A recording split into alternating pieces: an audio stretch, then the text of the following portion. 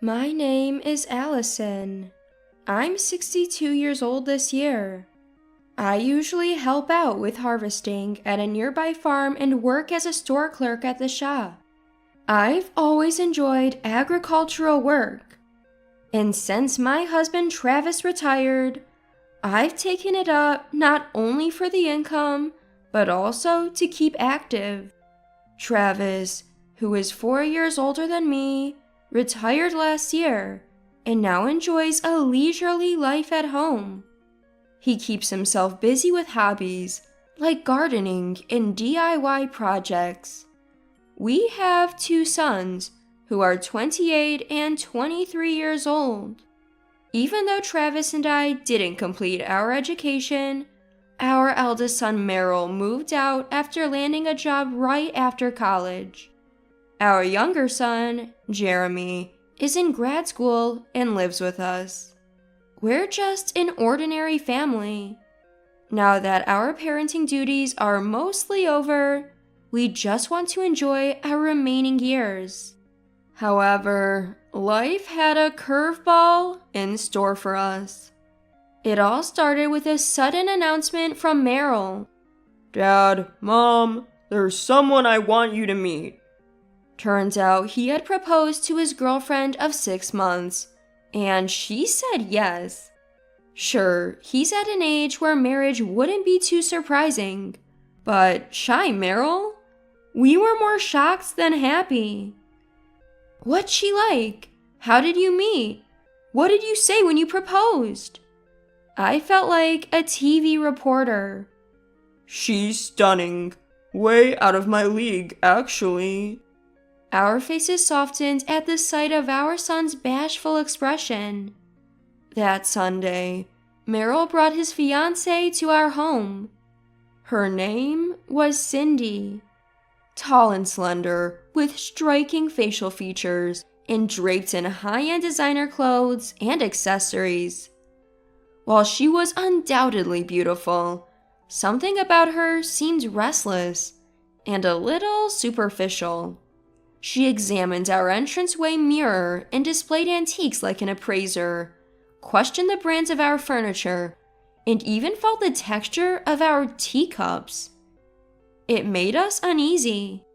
Our introductions went smoothly, and it was when I headed into the kitchen to cook dinner that things took a turn.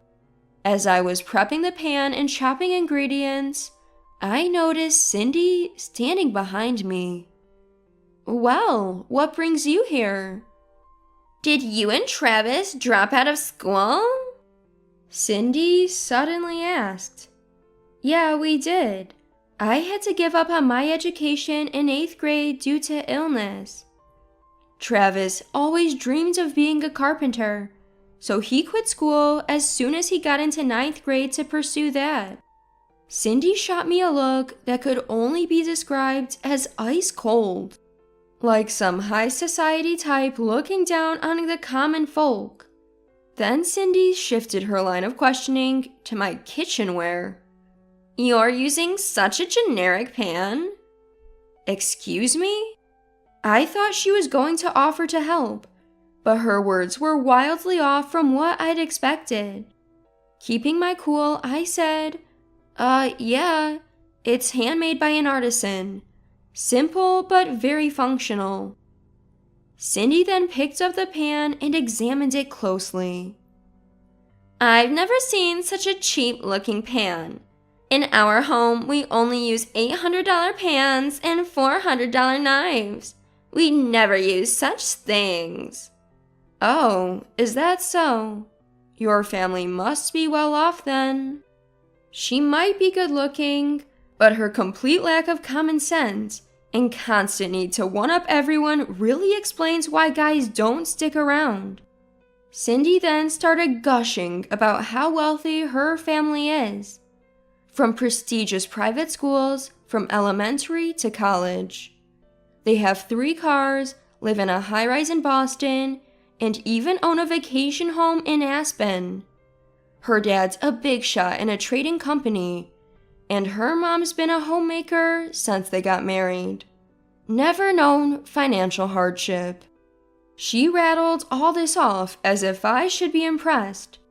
If she were the mom of one of my kids' friends, I would have shut her out immediately. But Cindy's one-upping didn't stop there. Is this a gas stove? These days, it's all about all electric and induction. I dislike gas. It's so environmentally unfriendly. Ugh, and your dishwasher looks ancient. Are you even cleaning the dishes properly? Don't you think you should get better dishware for guests? The teacup you served earlier was cheap, wasn't it? Maybe you can't appreciate good things because you dropped down? Hold on, who does she think she is? Cindy complained about everything from our educational background to our household items, then finally declared, "It seems like we're not compatible. I'm going home." And she really did just leave. Meryl followed her out. I was worried this might lead to a breakup, so I called Meryl a few days later. He said, "Mom, don't worry. Everything's fine." I couldn't help but ask, if you end up living together, are you going to use high-end pans and knives? Nah, I doubt we'd cook much, but she's pretty particular about cosmetics. I wonder how much she spends. I recall her makeup did seem on the heavier side. Still, can a marriage work when their views on money are so different? Our family lives a very average life. Will it even balance out? I'm concerned. You know you'll be sharing finances when you're married. Are you okay being so vague? It's fine, Mom. I'm just happy that I can marry Cindy. It seems like Meryl is head over heels in love. No wonder. Meryl is a shy guy, very different from his outgoing brother Jeremy. He's never been the type to have a girlfriend. So when Cindy first came to our house, I couldn't help but wonder, why is such a beautiful girl with our son? Of course, Meryl is genuinely a kind and gentle soul. Maybe it's a parent's greed, but I think he's the perfect guy for marriage. She must have fallen for the person Meryl really is. That's what I think, but I can't shake a tinge of worry. I almost blurt out, maybe you should rethink the marriage. But it's not my place as a parent to interfere that much. If they're happy, then supporting their marriage is my role as a parent. And so, Meryl and Cindy got married as planned. Thanks to Cindy's family connections, they had a grand wedding at a great venue and honeymooned in Europe for 2 weeks. They paid for everything themselves. So it's not about money after all. That was a relief for me. Then something happened. Josie, the 83-year-old mother of my husband Travis, fell at home and broke her femur. Though she recovered, she couldn't walk well anymore and needed nursing care. Josie had been living alone since my father-in-law passed away 10 years ago. Quietly, Josie said to me, "I'm mentally sharp. I'd like to stay at home if possible." But she's elderly and her mobility is limited. Living alone is not an option. So I suggested, why don't you come and live with us? Fortunately, my relationship with Josie is good, and we have enough living space. Jeremy, who would also be living with us, was all for it. If Grandma wants it, let's do it. I'll help with the nursing care too. I remember Jeremy always loved Josie. My parents passed away when I was young, so the only grandparents my kids could call their own were Travis's parents. Josie especially took great care of my grandchildren, so my sons still adore her. Thank you, Josie will be thrilled. And so, we welcomed Josie into our home, and my life of providing nursing care began. But the one who had issues with it was, unsurprisingly, Cindy. What? In-home nursing care? Can't you afford a nursing home? The first thing out of Cindy's mouth upon hearing about the nursing care was that. It's not about that. There's a wait list for facilities. Plus, Josie is mentally sharp and wants to stay at home, so we decided to take her in. But Cindy's puzzled look didn't change. If you pay, there are plenty of facilities available, right? In-home nursing care is what poor people do, isn't it? Is she even aware of how incredibly rude she's being? As I forced a smile, Travis, who was beside me, quietly spoke up. Come on, that's a bit harsh, don't you think? Allison decided to take on the role of caring for my mom. She should be commended, not criticized. At Travis's words, Cindy looked puzzled, as if unsure why she was being cautioned. No, I have no intention of caring for you or your family. What's the point of looking after people who can't offer anything in return? Cindy's tone and expression were nothing short of hostile. Travis had meant to talk about your own parents, but it seems he'd been misunderstood. We were all taken aback by Cindy's forthright refusal to live together. We'll be fine. We have our plans. Hearing this, Cindy smirked faintly, looking almost snake-like.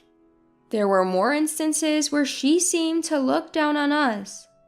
A relative whispered to me, "She's beautiful, but such a nasty character.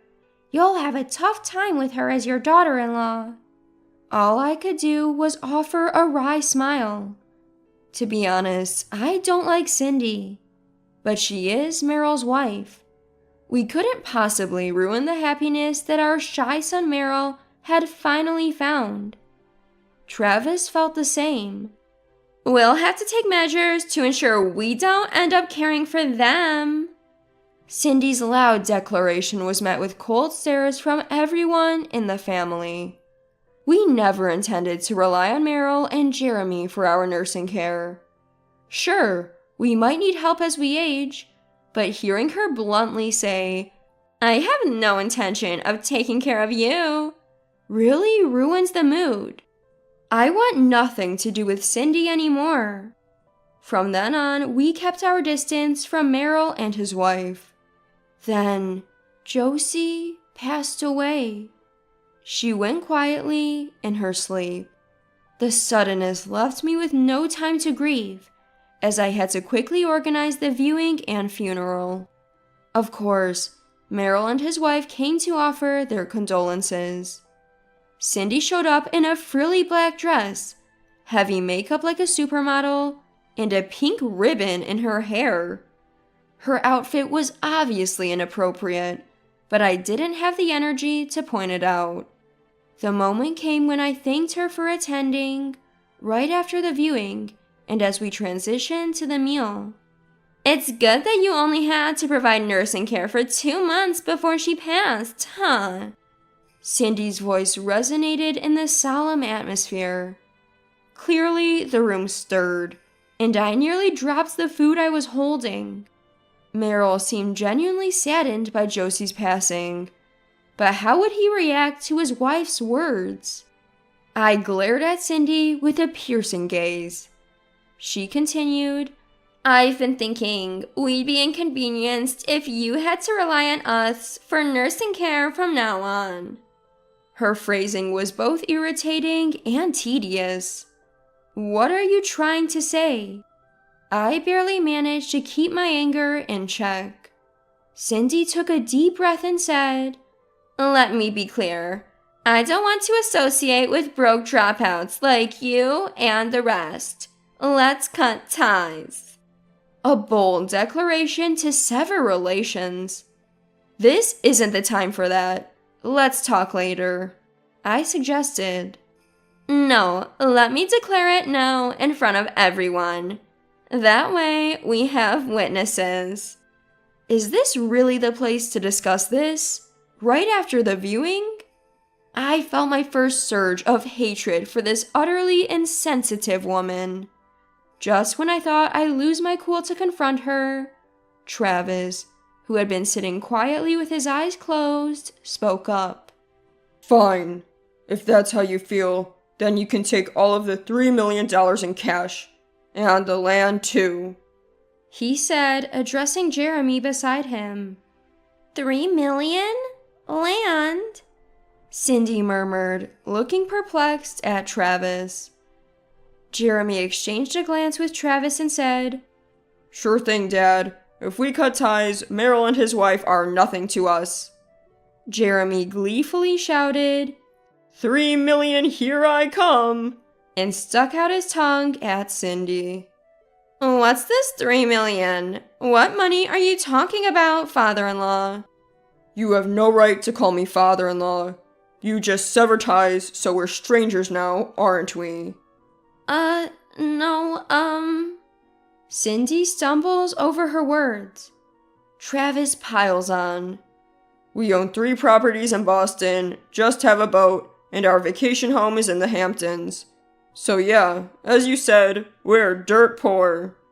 Jeremy adds, Exactly. We can only travel abroad a few times a year, and our pans and knives are custom made, so they don't even have a price tag. Staying in character like those obnoxious new money families you'd see on a TV drama, Travis and Jeremy lay it on thick. But everything they're saying is actually true. What's your point? I didn't know that.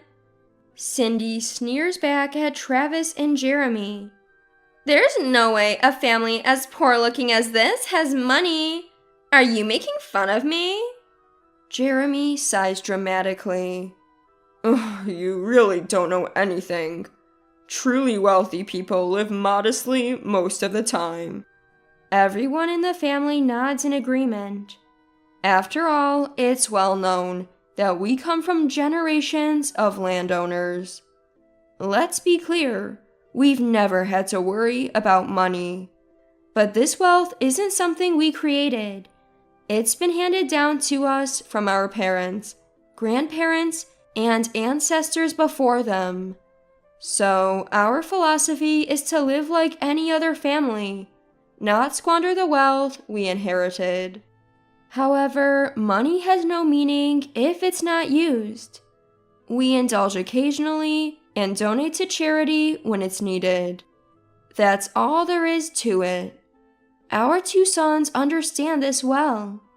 They grew up without bragging how wealthy our family is, with a healthy sense of money. Jeremy continues. It's the same for nursing care. We could have placed our elders in high-end facilities, but we all dislike solving issues with money. We wanted to support them as a family. You probably wouldn't understand this mindset, but that's how we feel. Cindy, feeling the cold stares, raises her voice. Who do you think you are? Just as she lunges at Jeremy, yelling. Enough already! The one who stopped her was surprisingly Merrill, who had been silent until now. You're possessed by money. What are you even talking about? You're all appearances. The 3 cars at your parents' place, they're Travis's company car and rental cars. Even that vacation home is just a company cottage you rent. Your mom told me you got your pots and pans from a thrift store. You never took school seriously, even though your parents sent you to private schools from elementary through college. Can you stop insulting my family now? At Merrill's brutal truth, Cindy's face turned beet red, and she lost her composure. Hey, stop it! Not here! Nobody cast a sympathetic glance at Cindy, who now had tears in her eyes. Afterwards, Merrill and Cindy divorced. Cindy was blindsided by Merrill, whom she deeply loved, asking for a divorce, and she was quite disoriented. If we're divorcing, I want $3 million in settlement money, she demanded. Or give me Travis's land and I'll agree to the divorce. Things seemed like they would get complicated, but Cindy's parents stepped in and smoothed everything over. Her parents, who were sensible people, apologized profoundly, saying, "Our daughter probably has issues about money. We're sorry for her behavior." Apparently, they had spoiled Cindy, their only daughter. Meryl, who had fallen for Cindy's looks, ended up marrying her, but not for the right reasons. After the divorce, Meryl moved back home. "I guess I really can't pick women. What should I do now?" He would complain about this while drinking with Travis and Jeremy. "Dad, what should I do? How did you end up marrying Mom? Do you want someone like Allison?" "Well, Mom has always been on my side and she's kind." "Yeah, I like someone like Mom." Jeremy, refilling his brother's glass, said, "Man, Meryl, if you keep talking like a mama's boy, you can forget about remarrying." But his words didn't resonate with the intoxicated Meryl. "I've got it. Before getting into a relationship, I'll have Mom vet her. Hell, Dad and Jeremy can help appraise too." "Meryl, that's absolutely not happening." Both Travis and Jeremy looked at Meryl, visibly exasperated. "Meryl, you're something else." I couldn't help but smile as I listened to this conversation. Parenting sure is challenging. I wonder if spring will ever come for my Meryl. All we can do as parents is watch in silence, and it's a bit frustrating.